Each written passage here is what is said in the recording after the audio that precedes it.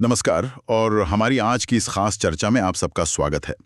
आज हम चार्ल्स डुहिग की जानी मानी किताब द पावर ऑफ हैबिट के कुछ अंशों पर बात करने वाले हैं। ये स्रोत हमें बताते हैं कि भाई हमारी आदतें बनती कैसे हैं, हम जो करते हैं वो क्यों करते हैं, और सबसे बड़ा सवाल क्या हम इन्हें बदल सकते हैं। हाँ, बिल्कुल। और ये किताब कोई हवा-हवाई बातों पर नहीं है। डुहिग ने 100 से ज़्यादा एकेडमिक स्टडीज़ को देखा है और कोई 300 से ज़्यादा वैज्ञानिकों और बड़े अधिकारियों से इंटरव्यू किए हैं। तो जो जानकारी है वो काफ़ी गहरी रिसर्च पर आधारित है। हाँ, तो आज हमारा लक्ष्य यही है कि इन स्रोतों से सबसे ज़रूरी बातें जो किस्से हैं वो निकालें। हम ये समझना चाहते हैं कि आदतें हमारी अपनी ज़िंदगी, हमारे काम करने की जगहों यानी ऑर्गेनाइजेशंस और यहाँ तक कि पूरे समाज पर कैसे असर डालती हैं। तो चलिए शुरू करते हैं। सबसे पहले और सबसे बुनियादी सवाल से, आखिर ये आदतें हैं क्या चीज़? स्रोत कहते हैं कि ये वो चीज़ें हैं जो हमने कभी सोच समझकर चुनी थी और अब रोज़ करते हैं बिना सोचे समझे। बिल्कुल सही। और ये सिर्फ मन की बात नहीं है। इसके पीछे बाकायदा दिमाग का विज्ञान है, न्यूरोलॉजी है। एक बहुत ही दिलचस्प कहानी है यूजीन पॉली की। रिसर्च पेपर्स में उन्हें ईपी नाम दिया गया है। हुआ ये कि एक बहुत खतरनाक वायरल एन्सेफेलाइटिस, एक तरह का दिमागी बुखार, उसने उनके दिमाग का वो हिस्सा खत्म कर दिया जो यादें बनाता है। मीडियल टेम्पोरल लोब कहते हैं उसे। ये वो हिस्सा है जो हमें याद रखने में मदद करता है कि हमने कल क्या खाया था या हम कल किससे मिले थे। अच्छा, तो इसका मतलब वो नई यादें बना ही नहीं सकते थे? अपने बेटे को, अपने डॉक्टरों को पहचानना तो दूर की बात है, उन्हें ये भी याद नहीं रहता था कि वो खुद कितने साल के हैं। बताया गया है कि वो 71 के थे, पर खुद को 59 या 60 का ही बताते थे। ये तो सोचना भी अजीब है। हाँ, बहुत ही मुश्किल स्थिति थी। लेकिन जो बात हैरान करती है वो ये है कि याददाश्त पूरी तरह जाने के बाद भी ईपी नई आदतें सीख सकते थे। जैसे अगर आप उनसे पूछते कि भाई घर में मूंगफली का डब्बा कहाँ रखा है, तो वो बता नहीं पाते थे। लेकिन जैसे ही उन्हें भूख लगती, वो अपने आप उठकर किचन में जाते थे और बिल्कुल सही अलमारी खोलकर मूंगफली का डब्बा निकाल लेते थे। और तो और, वो रोज सुबह टहलने भी जाते थे, एक तय रास्ते पर, और सही सलामत घर वापस भी आ जाते थे। भले ही उन्हें ये न याद हो कि उनका घर है कहाँ या वो किस रास्ते पर चल रहे हैं। कमाल है। तो इसका मतलब आदतें याददाश्त से एकदम अलग तरीके से काम करती हैं। ये दिमाग के किसी और कोने में बनती हैं। हाँ, बिल्कुल यही बात सामने आती है। ये दिखाता है कि आदतें दिमाग के एक बहुत गहरे आदिम हिस्से में बनती हैं, जिसे बेसल गैंग्लिया कहते हैं। ये हिस्सा समझ लीजिए दिमाग का ऑटो पायलट है। जो काम हम सीख लेते हैं उन्हें ये खुद ब खुद करने लगता है, ताकि हमारे दिमाग के सोचने वाले हिस्से को ज्यादा मेहनत ना करनी पड़े। MIT के वैज्ञानिकों ने चूहों पर प्रयोग करके ये बात साबित भी की है। जब चूहों को पहली बार किसी भूल भुलैया में छोड़ा तो उनके दिमाग में बहुत एक्टिविटी थी, जाहिर है वो रास्ता ढूंढ रहे थे। लेकिन जैसे ही उन्होंने रास्ता सीख लिया, वो रास्ता उनके लिए आदत बन गया, उनके दिमाग की एक्टिविटी बहुत कम हो गई। दिमाग बस शुरुआत में एक्टिव होता था जब उन्हें भूल भुलैया में डाला जाता, और अंत में जब उन्हें इनाम जैसे चॉकलेट मिलती। बीच के पूरे रास्ते में दिमाग एकदम शांत रहता था, वो अपनी मेहनत बचा रहा था। तो क्या हम ये कहें कि दिमाग आलसी है या शायद ज्यादा कुशल है? हाँ, कुशल कहना शायद ज्यादा सही रहेगा। दिमाग अपनी एनर्जी जरूरी नए कामों के लिए बचाकर रखना चाहता है, और इसी पूरी प्रक्रिया को चार्ल्स डुहिग आदत का फंदा या हैबिट लूप कहते हैं। इसके 3 हिस्से हैं।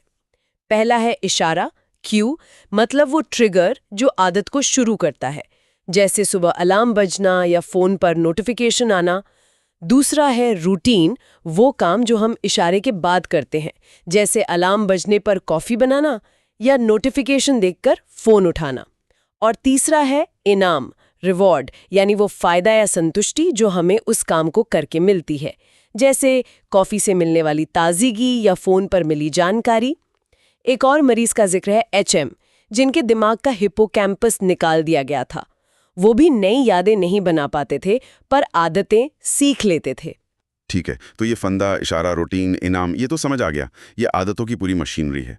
लेकिन इस मशीन को चलाता क्या है? सिर्फ ये ढांचा होने से ही तो आदत नहीं बन जाती होगी या चलती नहीं होगी। शायद यहीं पर इच्छा, जिसे क्रेविंग कहते हैं, उसका रोल आता है। आपने बिल्कुल सही पकड़ा। सिर्फ इशारा, रूटीन और इनाम काफ़ी नहीं है। आदत को जो चीज़ लगातार चलाती है, जो उसे टिकाऊ बनाती है, वो है इच्छा, क्रेविंग। उस इनाम को पाने की एक तीव्र अंदरूनी इच्छा। पेप्सोडेंट टूथपेस्ट का उदाहरण देखें ना। 20वीं सदी की शुरुआत में अमेरिका में ज़्यादातर लोग रोज़ ब्रश नहीं करते थे। तो विज्ञापन के गुरु माने जाने वाले क्लॉड हॉपकिंस ने पेप्सोडेंट को कैसे सफल बनाया।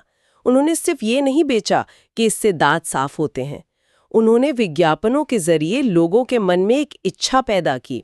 वो इच्छा थी दांतों पर ब्रश करने के बाद महसूस होने वाली वो हल्की सी झंझनाहट, वो ताजगी भरी सांस।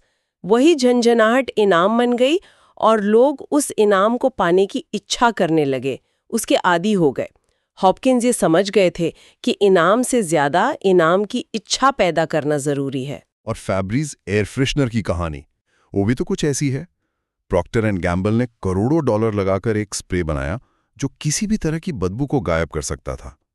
सुनने में तो ये लगता है कि ये तो सुपरहिट होना चाहिए था, पर शुरुआत में ये बिका ही नहीं। हाँ, क्योंकि बाद में रिसर्च से पता चला कि ज्यादातर लोगों को अपने घर में बसी हुई हल्की बदबू का पता ही नहीं चलता।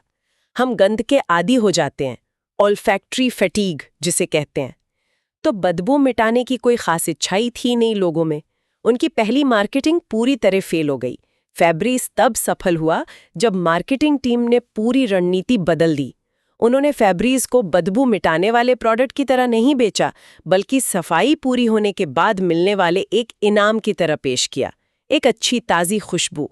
विज्ञापनों में दिखाया जाने लगा कि कैसे लोग कमरा चमकाने के बाद आखिर में फैब्रिज स्प्रे करते हैं और फिर एक संतुष्टि भरी मुस्कान देते हैं, जैसे काम पूरा हो गया।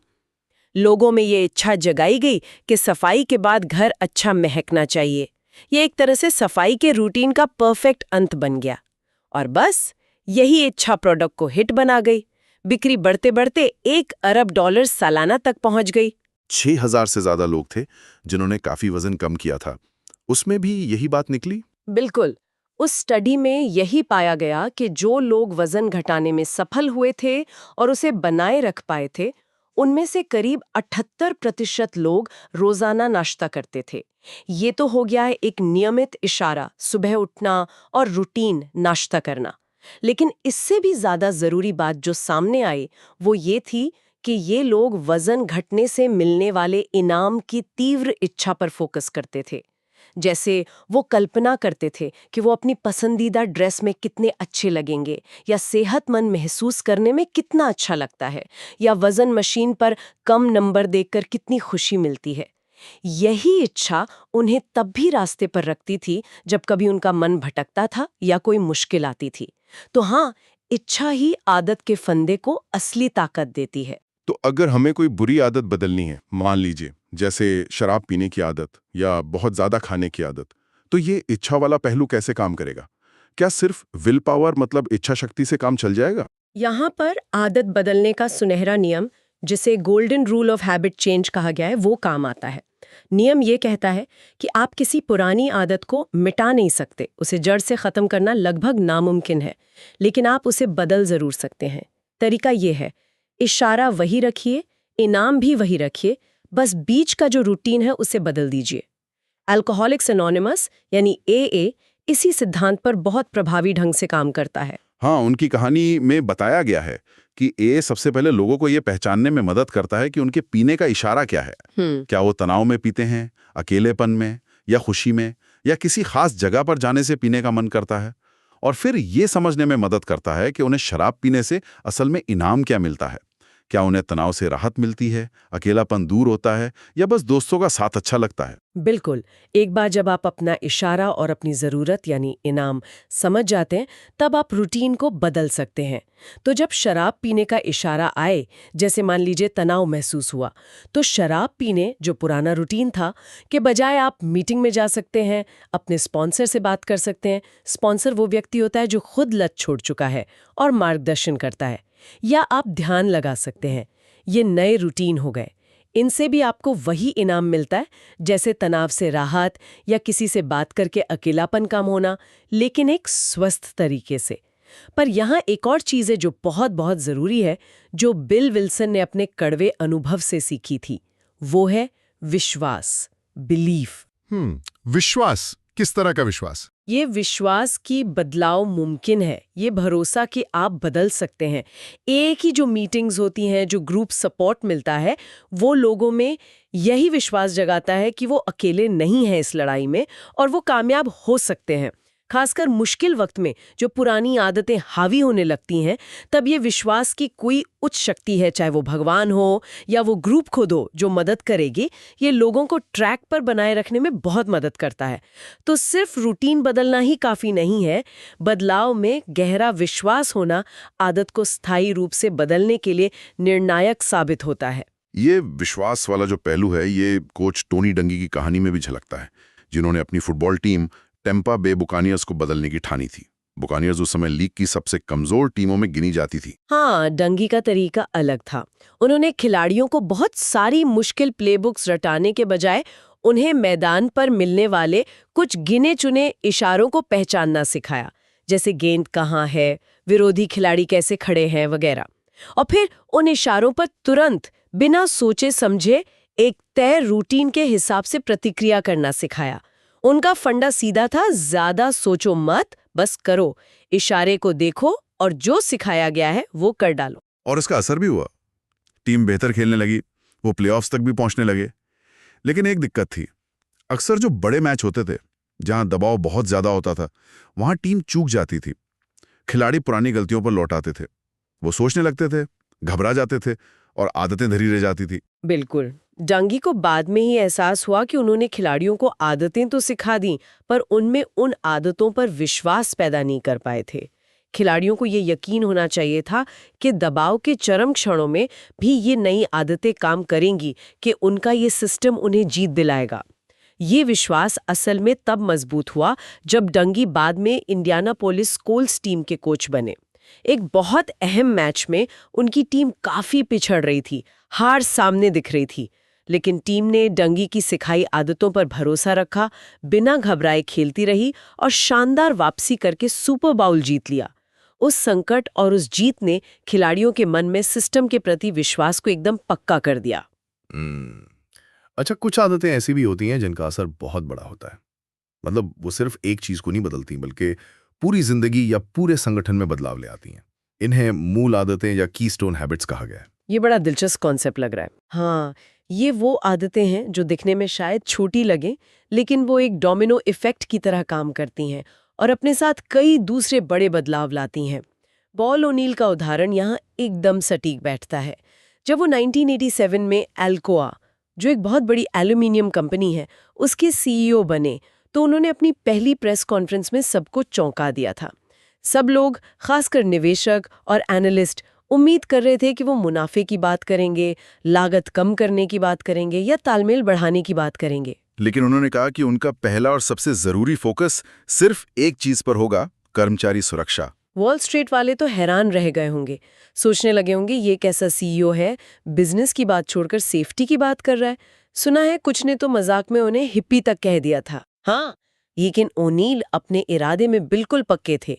उनका लक्ष्य था एल्कोआ में काम के दौरान होने वाली दुर्घटनाओं को शून्य पर लाना, 0 इंजरीज। अब आप सोचिए, इस एक लक्ष्य को हासिल करने के लिए कंपनी में क्या क्या बदलना पड़ा होगा। उन्हें सबसे पहले कम्युनिकेशन का तरीका बदलना पड़ा। उन्होंने नियम बना दिया कि किसी भी प्लांट में कोई भी दुर्घटना हो, उसकी रिपोर्ट 24 घंटे के अंदर सीधे उन तक पहुंचनी चाहिए, और साथ में ये भी बताना होगा कि दोबारा ऐसा न हो, इसके लिए क्या योजना बनाई है। इस काम के लिए कंपनी में पहली बार एक तरह का ईमेल नेटवर्क बनाना पड़ा, ताकि जानकारी तेजी से ऊपर तक पहुंच सके। जाहिर है, रिपोर्टिंग के तौर तरीके बदले होंगे, मैनेजमेंट के अलग अलग स्तरों पर जवाबदेही तय करनी पड़ी होगी। बिल्कुल। और सबसे बड़ी बात क्या हुई, यूनियन और मैनेजमेंट, जो सालों से एक दूसरे के दुश्मन बने हुए थे, उन्हें मजबूरन सुरक्षा के इस साझा लक्ष्य के लिए एक साथ आना पड़ा, मिलके काम करना पड़ा। सुरक्षा पर फोकस करने से पुरानी रंजिशें, बेकार की नौकरशाही, ये सब धीरे धीरे खत्म होने लगा। और नतीजा, ओनील के रहते हुए एल्कोआ दुनिया की सबसे सुरक्षित कंपनियों में से एक बन गई। लेकिन कमाल की बात यह है कि सुरक्षा बेहतर होने के साथ साथ कंपनी की उत्पादकता बढ़ गई, लागत कम हो गई और मुनाफा मुनाफा 5 गुना बढ़ गया। तो सुरक्षा वो मूल आदत बन गई जिसने पूरी कंपनी की संस्कृति, उसकी कार्यकुशलता और उसके नतीजों को बदल कर रख दिया। ये दिखाता है कि सही मूल आदत को पकड़ने से कितने बड़े और अप्रत्याशित फायदे हो सकते हैं। क्या हमारे व्यक्तिगत जीवन में भी ऐसी मूल आदतें हो सकती हैं? हाँ, बिल्कुल हो सकती है। एक बहुत सीधा सा उदाहरण है रोजाना अपने खाने का हिसाब रखना, जिसे फूड जर्नलिंग कहते हैं। रिसर्च बताती है कि जो लोग सिर्फ इतना करते हैं कि दिन भर में उन्होंने क्या खाया उसे ईमानदारी से लिख लेते हैं, वे अक्सर बिना किसी और कोशिश के भी अपने आप ही बेहतर खाने लगते हैं। और कई बार तो वे धीरे धीरे व्यायाम करना भी शुरू कर देते हैं, भले ही उनका शुरुआती इरादा सिर्फ लिखने का था और कुछ नहीं। ये छोटी सी आदत अपने आप में जागरूकता लाती है और वो जागरूकता फिर दूसरी अच्छी आदतों को जन्म देती है। ये भी एक मूल आदत का उदाहरण है। चलिए अब एक और जरूरी चीज पर आते हैं, इच्छा शक्ति, विल पावर। क्या ये ऐसी चीज है जो कुछ लोगों में ज्यादा होती है, कुछ में कम, या ऐसे भी मतलब एक आदत की तरह विकसित किया जा सकता है? रिसर्च तो यही बताती है कि इच्छा शक्ति काफी हद तक एक मांसपेशी की तरह काम करती है। जैसे आप ज्यादा वजन उठाते हैं तो आपकी मांसपेशी थक जाती है, वैसे ही अगर आप इच्छा शक्ति का बहुत ज्यादा इस्तेमाल करते हैं तो वो भी कमजोर पड़ जाती है। ये एक सीमित संसाधन है। इसका एक बड़ा मशहूर प्रयोग है। कुछ छात्रों को एक कमरे में बिठाया गया। कमरे में ताज़ी बनी हुई चॉकलेट चिप कुकीज रखी थीं जिनकी खुशबू पूरे कमरे में फैली हुई थी। लेकिन उन छात्रों को कुकीज खाने से मना कर दिया गया। उन्हें कहा गया कि वो चाहें तो पास में रखी मूली खा सकते हैं। अरे बाप रे, ये तो बड़ी नाइंसाफी है। बेचारों को कुकीज की खुशबू झेलते हुए खुद को रोकना पड़ा होगा। हाँ, उन्हें अपनी इच्छा शक्ति का जबरदस्त इस्तेमाल करना पड़ा होगा कुकीज को ना खाने के लिए। फिर एक दूसरा ग्रुप था जिसे सीधे कुकीज खाने को दी गई, उन्हें कोई रोक टोक नहीं थी। और एक तीसरा ग्रुप था जिसे सिर्फ मूली खाने को मिली, उनके सामने कुकीज का प्रलोभन नहीं था। इसके बाद तीनों ग्रुप्स को एक बहुत मुश्किल पहेली हल करने को दी गई। ये पहेली ऐसी थी जो असल में हल हो ही नहीं सकती थी। ये देखने के लिए था कि कौन कितनी देर कोशिश करता है। और नतीजा क्या निकला? जिन छात्रों ने कुकीज खाने की अपनी इच्छा को दबाया था, यानी अपनी इच्छा शक्ति खर्च की थी, वो पहेली पर बहुत जल्दी हार मान गए। उनकी तुलना में जिन्हें कुकीज खाने दी गई थीं या जिन्होंने सिर्फ मूली खाई थी बिना इच्छा शक्ति लगाए, वे ज्यादा देर तक पहेली से जूझते रहे।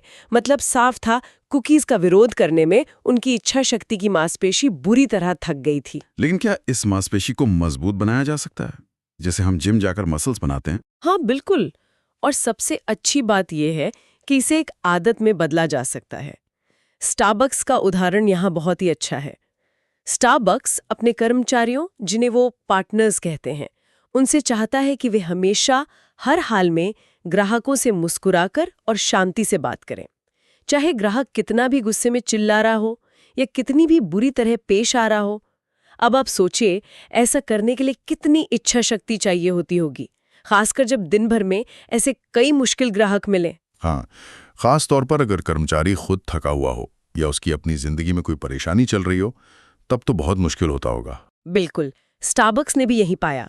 उनके कई युवा कर्मचारी, खासकर वो जिनकी पारिवारिक पृष्ठभूमि थोड़ी मुश्किल थी, वो ऐसे तनाव भरे पलों में अक्सर टूट जाते थे, ग्राहकों पर गुस्सा कर देते थे। तो स्टारबक्स ने उन्हें इच्छा शक्ति को इस्तेमाल करने का तरीका नहीं, बल्कि इच्छा शक्ति को आदत बनाना सिखाया। उन्होंने अपनी ट्रेनिंग में एक तरीका अपनाया।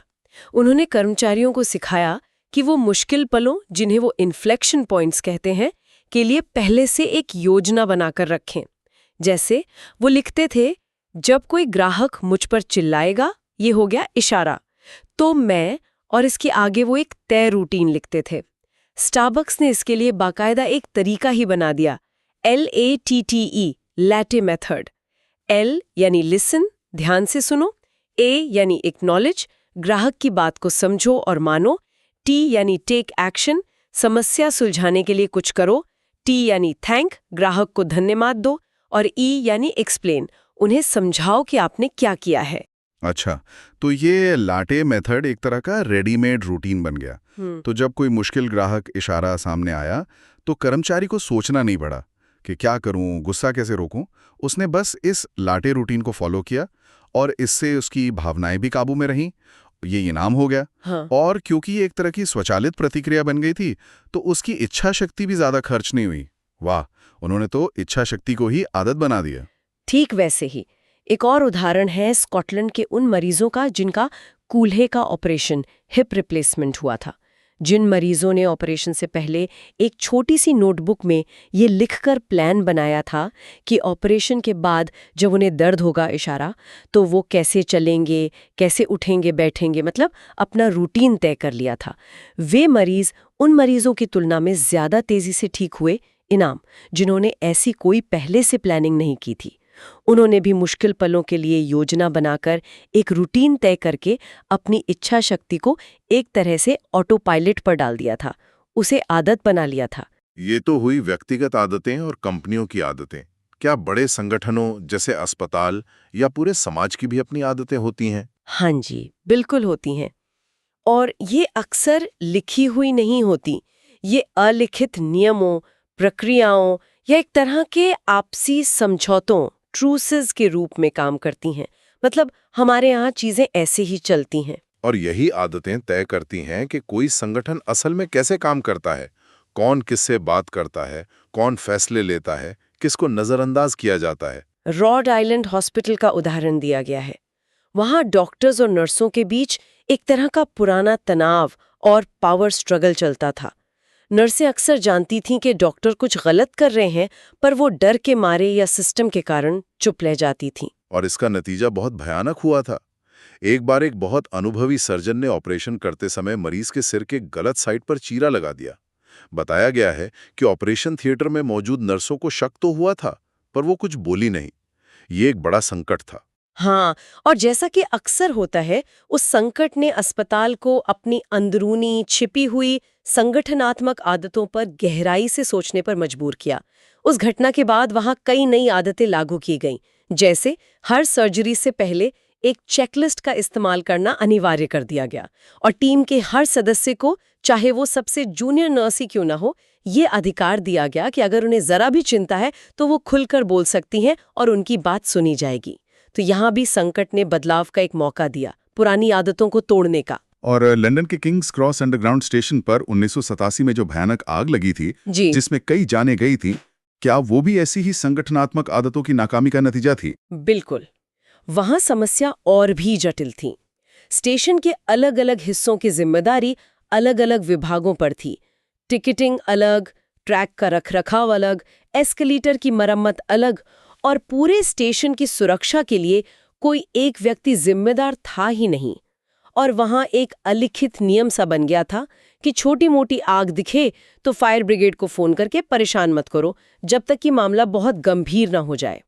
साथ ही एस्केलेटर के नीचे जो सालों से कचरा जमा हो रहा था, उसकी सफाई पर भी किसी विभाग का ध्यान नहीं था, क्योंकि वो किसी की स्पष्ट जिम्मेदारी नहीं थी। तो जब किसी ने एक जलती हुई माचिस एस्केलेटर पे फेंक दी, तो किसी ने उसे गंभीरता से लिया ही नहीं। हाँ, वो आग कचरे में धीरे धीरे सुलगती रही। किसी ने उसे बुझाने की कोशिश नहीं की। फायर ब्रिगेड को भी बहुत देर से बुलाया गया। विभागों के बीच तालमेल की कमी थी और कोई भी पूरी जिम्मेदारी लेने को तैयार नहीं था। नतीजा हुआ एक भयानक फ्लैशओवर, जिसमें आग अचानक एक आग के गोले की तरह भभक उठी और 31 लोगों की जान चली गई। इस भयानक हादसे के बाद जो जांच हुई, उसने इन खतरनाक संगठनात्मक आदतों की परतें खोली।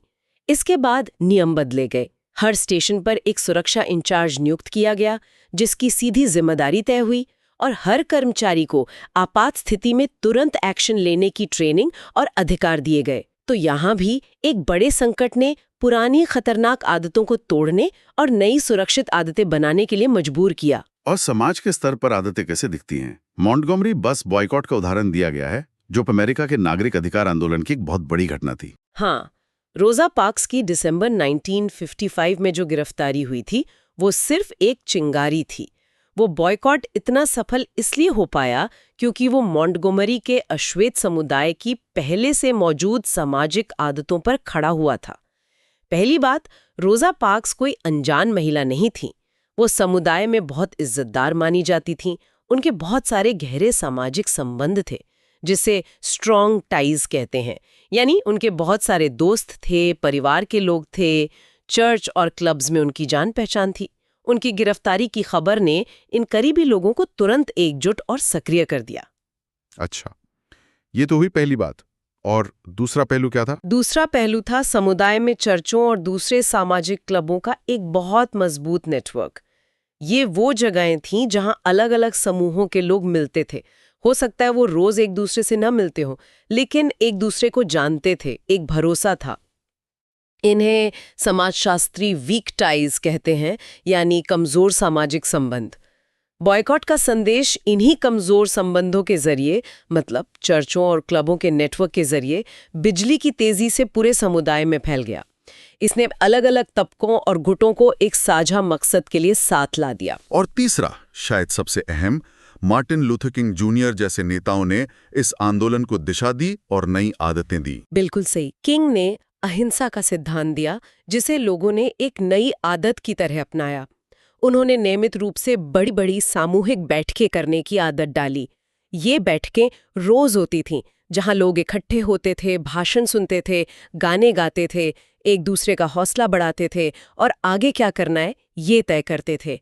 उन्होंने लोगों में एक साझा पहचान, एक गौरव की भावना पैदा की।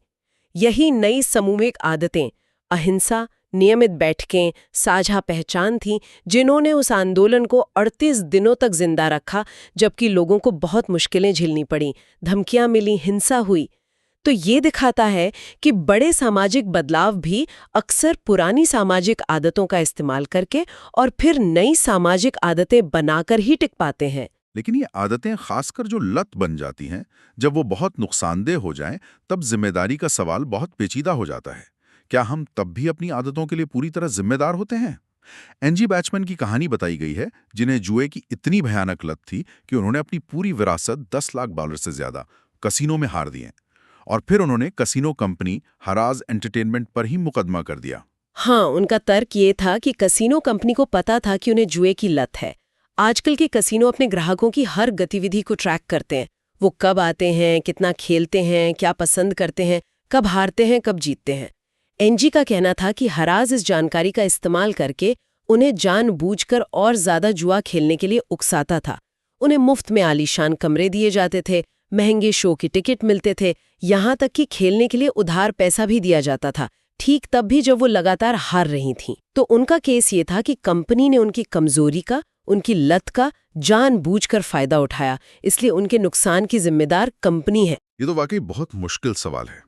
एक तरफ कंपनी है जो किसी की लत का फायदा उठाकर मुनाफा कमा रही है, दूसरी तरफ वो इंसान है जो खुद चलकर कसिनो जा रहा है, खुद दाव लगा रहा है। जिम्मेदारी कहाँ तय होगी? हाँ, ये मामला इसी नैतिक और कानूनी कश्मकश को दिखाता है। अदालत ने आखिरकार कसिनो के हक में फैसला सुनाया। उनका मानना था कि एनजी को अपनी लत के बारे में पता था और आखिरी चुनाव खेलने या ना खेलने का उनका अपना था। लेकिन ये सवाल फिर भी बना रहता है कि कंपनियों की क्या जिम्मेदारी है।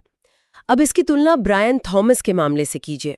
उन्होंने नींद में चलते हुए एक बहुत बुरे सपने, जिसे स्लीप टेरर कहते हैं, उसके दौरान अनजाने में अपनी पत्नी का गला घोंट दिया। जब वो जागे और उन्हें पता चला कि क्या हुआ है, तो उन्हें कुछ भी याद नहीं था और वो पूरी तरह सदमे में थे।